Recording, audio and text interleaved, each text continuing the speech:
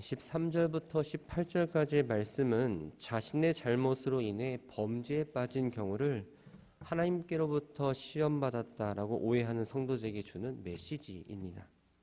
성도를 죄에 빠지게 하는 그 시험의 주체가 누구인지, 시험에 빠지게 되는 그 원인과 시험에 빠지지 않기 위한 성도의 자세에 대해서 이야기하고 있습니다.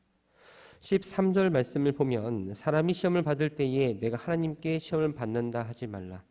하나님은 악에게 시험을 받지도 아니하시고 친히 아무도 시험하지 않기 때문이라고 말합니다. 그런데 사실 성경을 보면 하나님께서 시험하셨다는 말씀을 곳곳에서 볼 수 있습니다. 창세기 22장을 보면 하나님께서 아브라함의 믿음을 확인하기 위해서 이삭을 바친다고 시험하셨습니다.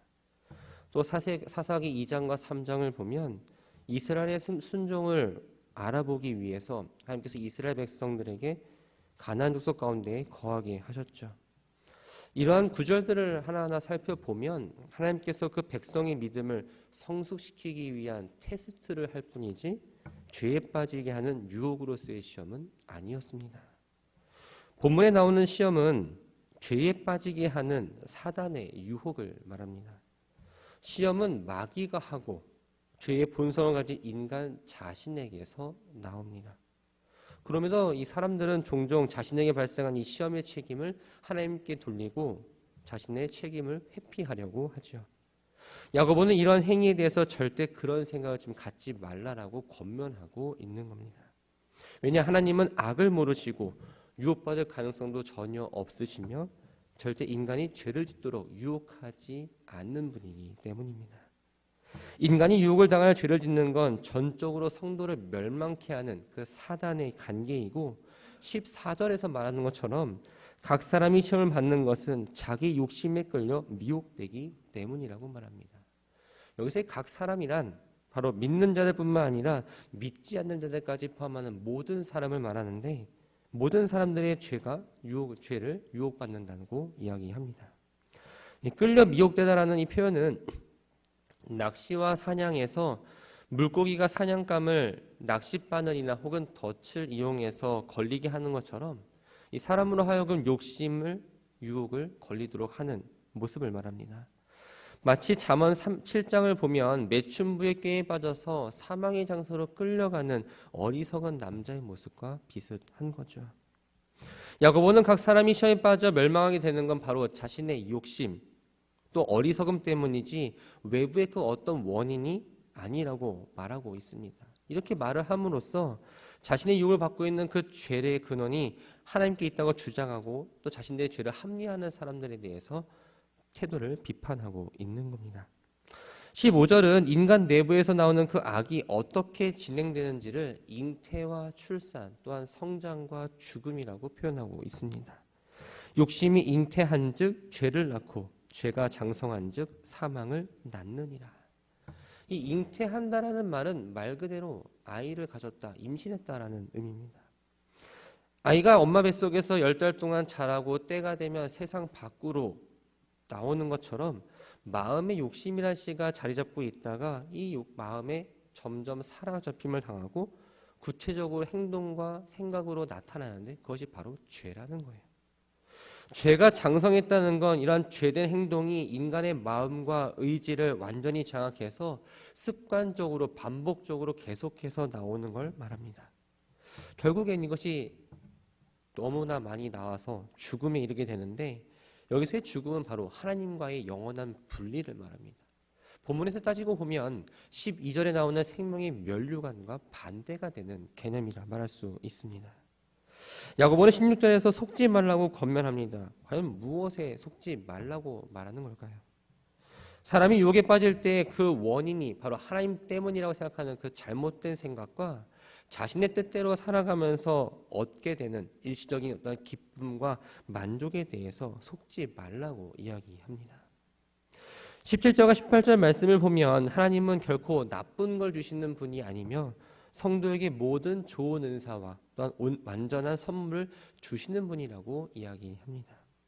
17절을 보면 온갖 좋은 은사와 온전한 선물이 다 위로부터 빛들의 아버지께로부터 내려온다라고 말합니다. 본문에서 말하고 있는 이 은사는 에베소서 1장 3절에 기록된 것처럼 믿는 사람에게 주어지는 하나님의 신령한 복을 말합니다. 온전한 선물은 하나님께서 구원해 주시는 그 은혜뿐만 아니라 그 이후에 계속되는 우리와 같이 신앙생활을 하고 있는 그 가운데에서 온전한 성화에 이룰 수 있도록 도와주시고 함께 하시는 그 하나님의 은혜를 의미하죠. 이것들의 출처는 바로 위로부터 또 빛들의 아버지, 즉 창조주로서 우주 만물을 주관하시는 바로 하나님께로부터 온다라고 이야기합니다. 하나님은 믿는 자를 사랑하시기 때문에 죄를 짓도록 유혹하시는 분이 아니고 성도들에게 좋은 선물, 좋은 은사를 주시는 하나님이라는 것을 분명하게 말하고 있습니다. 그 은사를 주시는 하나님의 성품은 어떻게 될까요? 바로 변함도 없으시고 회전하는 그림자도 없다라고 표현합니다. 본문의 변화는 우리가 느낄 수 있는 어떤 계절의 변화 혹은 물체의 움직임을 말합니다. 회전하는 그림자는 지구가 자전함으로 사물이 그림자에 변화가 생기는 걸 말하는데 아침에 해가 동쪽에서 뜨게 되면 그림자는 서쪽으로 길게 늘어지게 되어 있습니다. 그러다가 해가 정오가 되면은 그림자가 가장 짧아집니다. 다시 오후가 되면 그림자의 위치가 아침과는 정반대가 되죠. 이처럼 모든 만물은 시간의 흐름에 따라서 변하지만 하나님은 결코 변하지 않는다라는 거예요. 그리고 하나님을 믿는 자들에 대한 사랑 역시 변함이 없다라는 걸 이야기하고 있습니다. 18절을 보면 그가 그 피조물 중에 우리로 한 첫 열매가 되게 하시려고 자기의 뜻을 따라 진리의 말씀으로 우리를 낳으셨다라고 말합니다. 이 구절 가운데 가장 눈에 들어오는 단어는 바로 첫 열매입니다. 첫 열매는 구약에서 사람의 장자, 짐승의 초태생, 또 곡식의 첫 수확을 가리킵니다. 이것은 가장 거룩하고 귀한 것으로 여겨져서 하나님께 바쳤습니다. 이것을 바치는 의미는 바로 모든 피조물이 하나님의 소유물이라는 것을 인정하는 태도였죠. 신약에서는 이 의미가 확대되어서 죽은 자 가운데 먼저 부활하신 예수 그리스도께 적용되었고 더 나아가서 하나님의 언약 백성된 성도들을 가리키는 말로 사용이 되었습니다. 본문의 나타는 바로 하나님의 재창조, 그리스도를 통해서 성도들을 거듭나게 하셨다는 걸 의미합니다. 하나님께서는 성도를 모든 피조물 가운데 택해서 자녀 삼으시기 위해서 예수 그리스도의 복음을 통해 거듭나게 하셨기 때문에 성도들을 유혹해서 결코 실족하게 하실 분이 아니라는 것을 또 확실하게 이야기해주고 있는 거죠. 19절부터 27절까지의 말씀은 말씀을 듣고 실천해야 참된 경건이다라는 걸 가르쳐 줍니다. 19절에 너희가 알지니라는 이 표현은 여러분들이 알아둬야 될 것이 있습니다. 여러분들이 명심해야 될 것이 있습니다라는 의미입니다. 과연 무엇을 명심해야 할까요? 야고보는 믿는 자들이 알고 지켜야 할 세 가지 약속을 이야기하고 있는데 듣기는 속히 하고 말하기는 더디하며 성내기도 더디하라입니다. 속히 하다라는 이 말은 신속하다, 재빠르다라는 의미도 있지만 그 안에 준비되어 있다라는 개념도 함께 담겨 있습니다. 다시 말해서 듣기를 속히 하라는 건 하나님의 말씀을 듣고 행동으로 옮길 마음의 준비를 하라 또는 말씀을 듣는 일에 부지런하라라는 의미입니다. 말을 더디하라는 건 말을 천천히 하라는 게 아니죠. 성급하게 자기의 생각과 의견만 주장하거나 고집하지 말라는 의미입니다.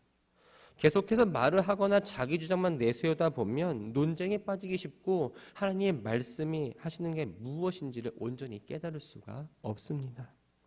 야고보는 이런 의미에서 성내기도 더디하다라고 말합니다.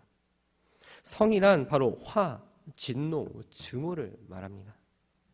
이러한 것들로부터 자기 자신의 마음을 지켜야 한다고 이야기하는 거죠.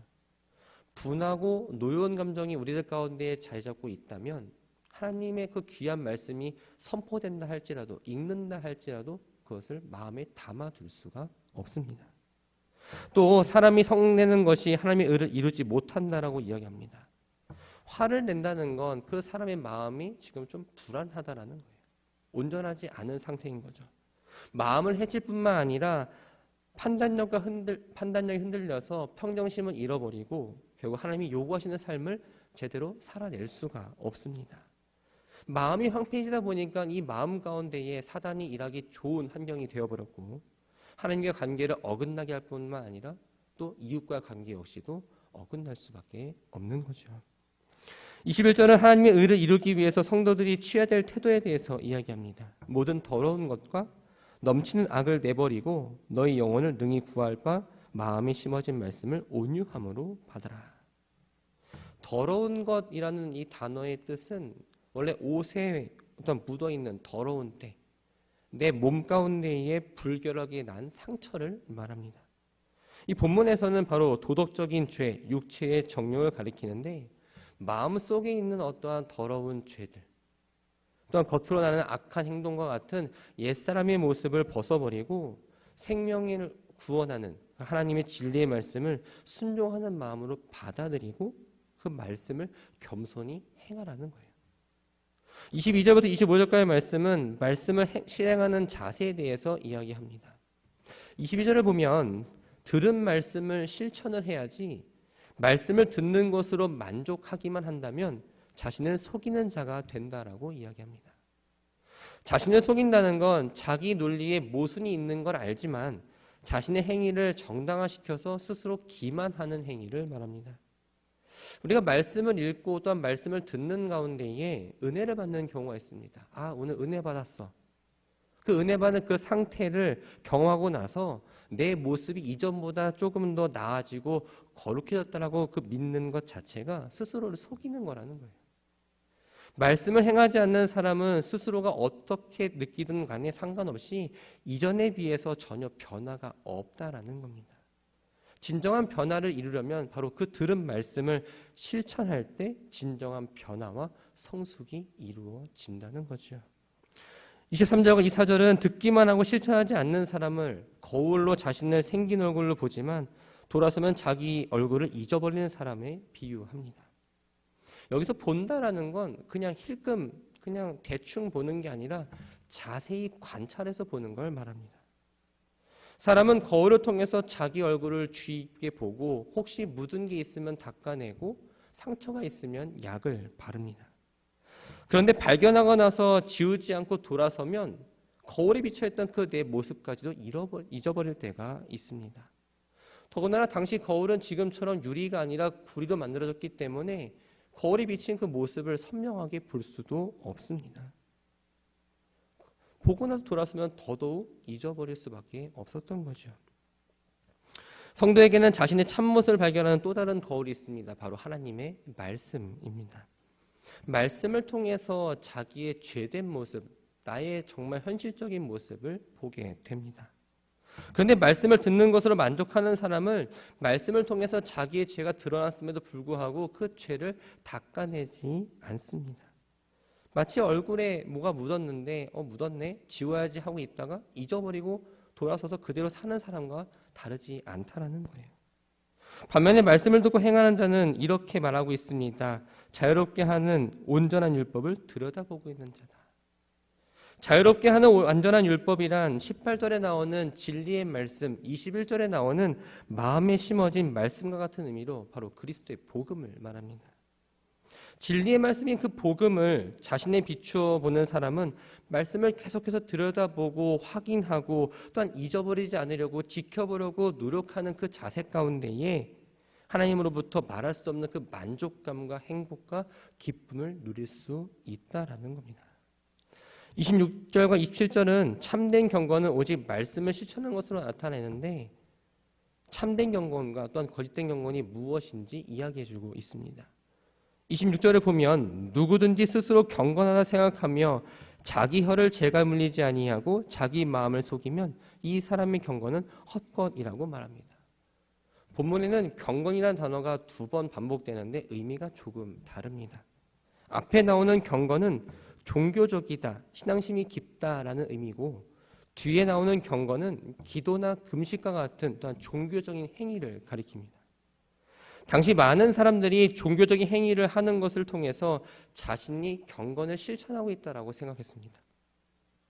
그런데 어떤 사람이 나는 신앙심이 참 깊어라고 생각하면서 막 말을 삼가지 않거나 누군가를 비방하고 비판하고 다닌다면 그것은 자기를 속이는 행위이고 그 사람이 하는 종교행위 모든 것들이 헛된 것에 불과하다라고 이야기합니다. 우리도 마찬가지죠.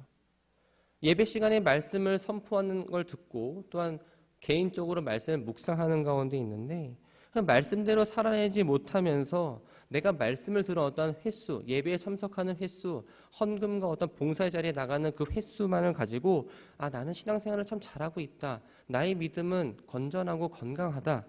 영적으로 성장했다라고 자신을 속이거나 스스로 위안 삼아서는 안 된다고 이야기하는 겁니다. 반대로 참된 경건은 하나님 아버지 앞에서 정결하고 더러움이 없는 것이라고 말합니다. 하나님 앞에서라는 말은 바로 보이는 것과 또한 보이지 않는 것을 판단하실 수 있는 하나님에 의해서만 결정된다는 걸 말합니다. 하나님부터 인정받는 경건을 두 가지로 이야기하고 있는데 먼저 고아와 과부를 돌보는 거다라고 말합니다. 이 돌보다라는 말은 찾아가서 신방한다, 방문한다라는 의미로 어려움에 처한 사람들을 찾아가서 위로하고 그들의 필요한 것들을 채워주는 행위를 말합니다. 당시 종교적 사회적 배경에서 고아와 과부는 부양해 줄 수 없는 사람이 없을 뿐만 아니라 자신들의 어떤 법적 권리를 대변해 줄 수 없는 가장 어떤 비참한 위치에 있는 사람들이었습니다. 구약 성경에서도 과부와 고아에 대해서는 돌아보라는 명령을 자주 볼 수 있죠. 물론 여기서 사랑의 실천의 대상을 고아와 과부로만 한정 지은 건 아닙니다. 이 고아와 과부는 단지 가난한 자, 병든 자, 갇힌 자, 나그네를 대표하는 것이고 우리가 보호하고 돌보고 사랑해야 할 대상은 제한적이지 않다라는 거예요. 참된 경건은 이웃사랑의 모습을 통해서뿐만 아니라 자기를 지켜 세속에 물들지 아니하는 것에서도 나타납니다. 이 세속이라는 단어는 세상에 널리 퍼져 있는 죄악으로서 하나님을 대항하고 또한 옛사람으로 살았던 그런 가치관, 비도덕적이고 불경건한 삶을 말합니다. 우리가 영적으로 깨어 있어서 경각심을 가지고 이러한 것들로부터 자신을 철저하게 분리하는 것이 바로 거룩이며 하나님 앞에서 정결하고 더러움이 없는 참된 경건이라고 말하며 말씀을 마무리합니다. 말씀을 정리합니다. 사단은 나의 가장 약한 부분을 알고 계속해서 유혹합니다. 우리가 유혹에 넘어지는 건 내 안에 있는 어떤 죄와 욕심 때문이죠. 성도는 하나님이 믿음을 연단하기 위해서 테스트를 하고 계신 건지 아니면 사단이 나를 넘어뜨리게 하려고 유혹을 하는 건지를 분별할 수 있는 능력이 있어야 합니다. 그리스도의 삶은 시험은 견디고 유혹을 이기는 삶입니다. 우리가 유혹을 이길 수 있는 방법은 하늘의 온갖 좋은 은사와 온전한 선물을 주시는 하나님만을 바라보며 영원한 것을 사모하는 것뿐입니다. 하나님은 모든 피조물 가운데 자녀로 삼으시기 위해서 예수 그리스도를 통해 우리를 거듭나게 하셨습니다. 거듭난 존재가 된 우리는 말씀을 듣고 말씀을 읽지 않으면 살아갈 수 없는 존재입니다. 그러나 말씀을 듣고 읽기만 한다면 결코 변화가 일어나지 않습니다. 선포되는 말씀을 마음에 심고 그 말씀대로 어떠한 선택 가운데에 살아가는 그 가운데에서 말씀이 삶으로 나타나야 한다는 거죠. 말씀이 삶의 능력이 되고 거룩한 열매를 맺도록 우리가 말씀에 순종하고 실천하며 나아가시기 바랍니다. 경건은 사람의 평가가 아니라 바로 하나님의 평가입니다. 입으로 경건을 말하면서 삶이 뒷받침되지 않는다면 자신을 속이고 사람에게 보이고자 하는 모양만 있는 경건, 거짓된 경건이 될 수밖에 없습니다. 하지만 우리가 말씀을 따라 살아갈 때, 말씀대로 나아갈 때 하나님이 인정하시고 기뻐하시는 참된 경건의 모양으로 나아갈 수 있습니다. 사순절을 보내고 있습니다. 경건을 이야기하는 이때에 우리의 모든 삶에서 나타나는 경건이 참된 경건이 되기를 주님의 이름으로 축원합니다.